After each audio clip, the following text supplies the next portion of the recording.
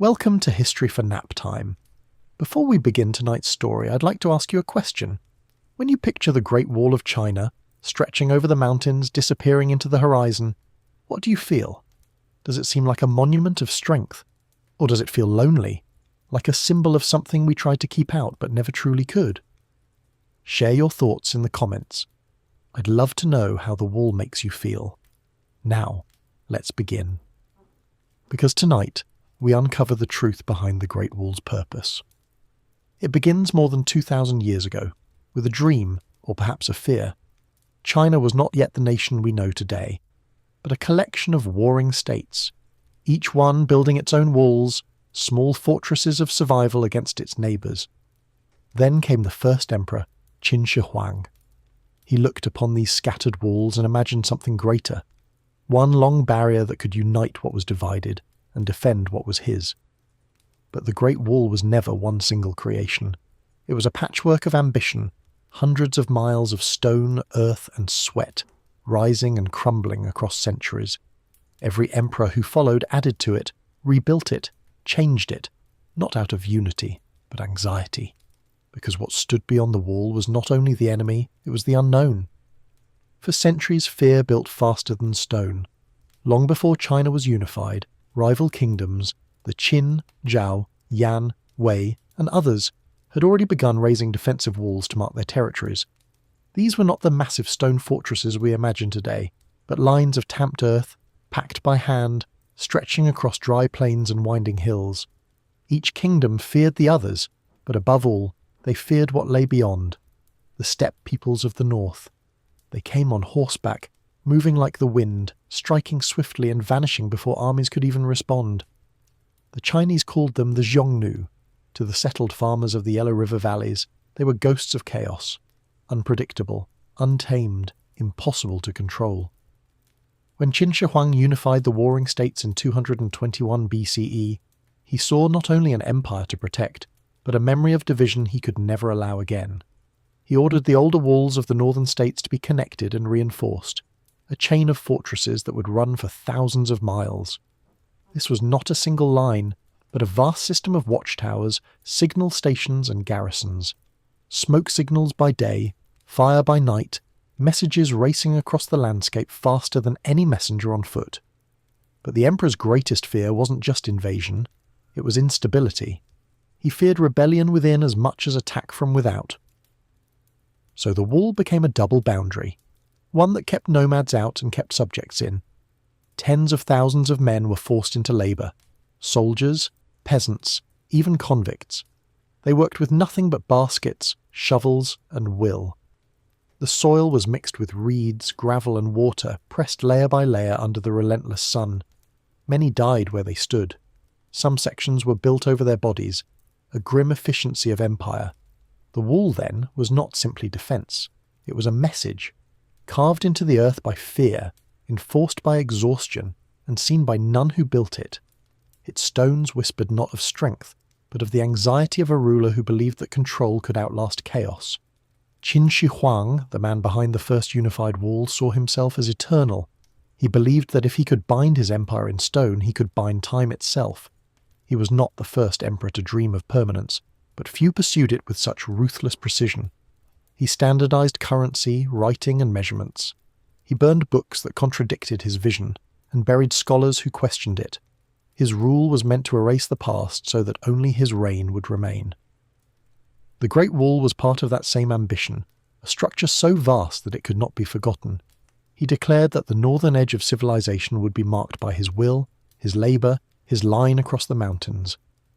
But the wall also revealed something darker, a paranoia that no army could cure. The emperor feared assassins, immortality eluding him, and his people's resentment. He built not only walls of earth and stone, but of isolation around himself. Even as he toured his empire, surrounded by guards, he travelled in disguise, afraid that rebellion followed every step. When he died in 210 BCE, the empire he forged began to crumble. Peasants rose against the heavy taxes, soldiers deserted their posts, and the wall, that great monument of endurance, fell into neglect. Nature reclaimed it, storms eroded it, and the nomads crossed again. But his shadow remained, Every emperor who came after, from the Han to the Ming, felt it, the need to build something that would outlast themselves. In that way, Qin Shi Huang did achieve immortality, not through eternal life, but through the endless rebuilding of his fear. Even as centuries passed, his ghost lingered on every brick and ridge, a reminder that the wall was never only a fortification. It was the monument of a man who tried to conquer time, only to be swallowed by it. The Great Wall's stones remember names we do not. When later dynasties, especially the Han and the Ming, began rebuilding and expanding the wall, the pattern remained the same. The hands that lifted it were not noble nor free. The Han emperors, who ruled after Qin, continued the work but shifted the focus.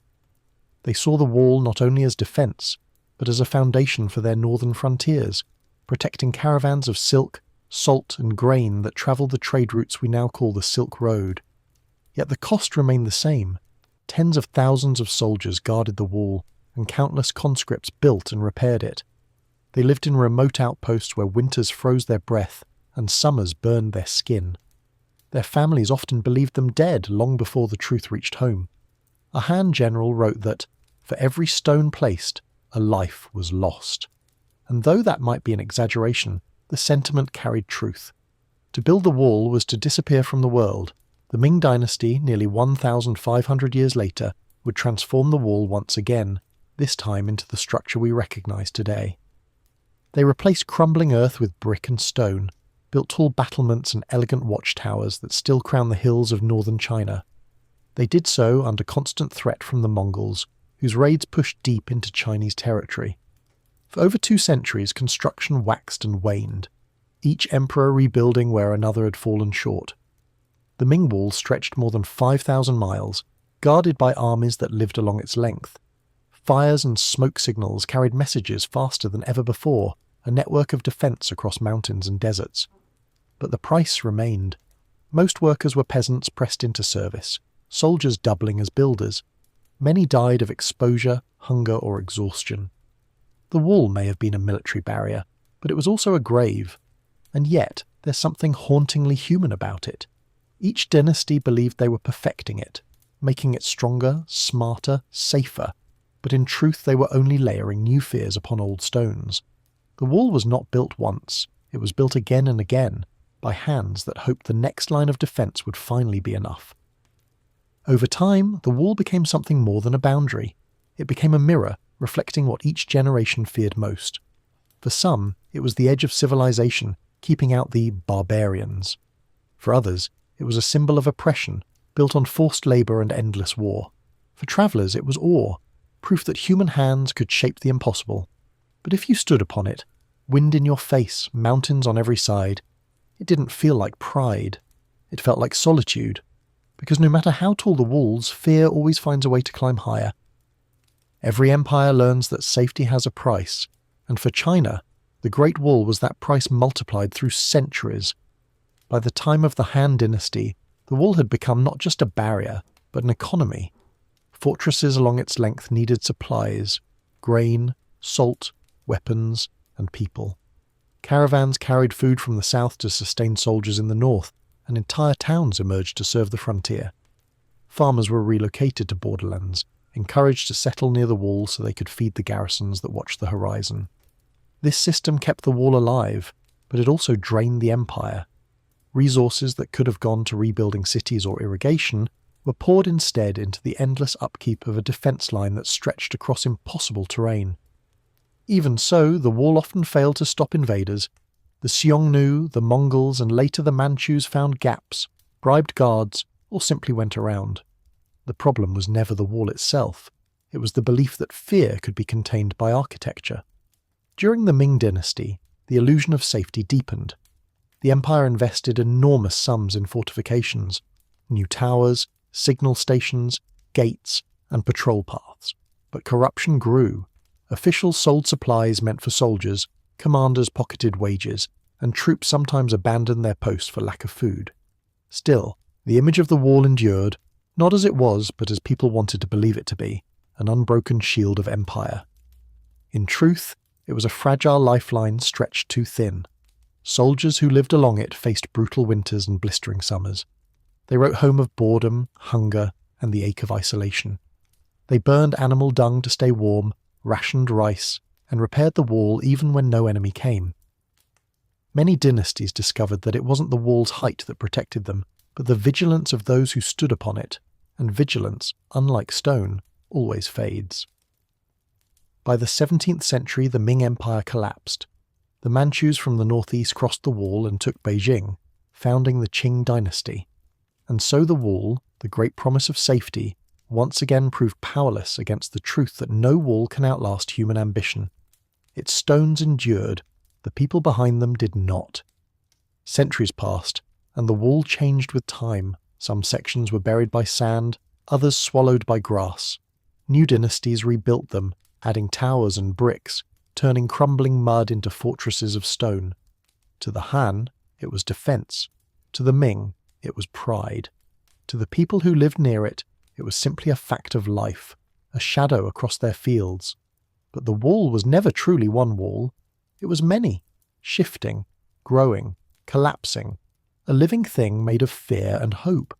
And as it aged, so did the idea of what it meant. When people speak of the Great Wall, they often imagine something perfect and unbroken, but the truth is far messier. It was built and rebuilt, broken and abandoned, strengthened and forgotten. Parts of it served as trade routes, others as borders between rivals, others still as places of exile. Beyond the stones, it was a story, told differently in every era. For the rulers, it was proof of order. For the workers, it was pain. For historians, it became a question. Did it really protect, or simply symbolize the fear of needing protection? Because every wall, in every age, tells us less about who we keep out, and more about who we are inside. Today, the Great Wall stands not as a defense, but as a reminder. It has seen empires rise and fall, armies march and vanish, and still it stretches over the hills, cracked, fading, but alive. It no longer keeps anyone out. It draws people in. Tourists walk along it. Photographers capture its curves, and yet most forget that what they tread upon was once a line of fear. The wall's purpose has changed, from separation to memory. It endures not because of its strength, but because of its story. And perhaps that is the greatest transformation of all, when something born of fear becomes something that connects us. Chapter 10. The Truth Behind the Wall Expanded. So what was the Great Wall's true purpose? For centuries, emperors called it defense, generals called it duty, historians called it strategy. But time has shown it was something much deeper, something human. When you walk along the Great Wall today, it's easy to believe you're seeing a monument to strength. It rises and falls with the shape of the land, tracing mountain ridges like a scar across the skin of history. But when it was built, it was not beauty that people saw, it was fear. Every brick was laid with the thought of an enemy unseen. Every watchtower looked out upon a horizon of uncertainty.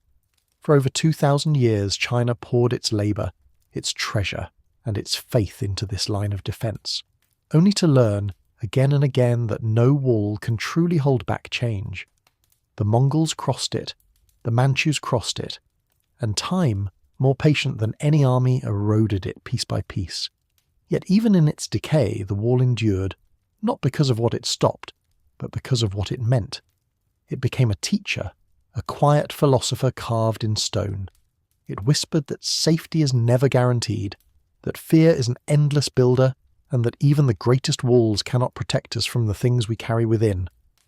For the emperors, it was power. For the labourers, it was suffering. For later generations, it became pride.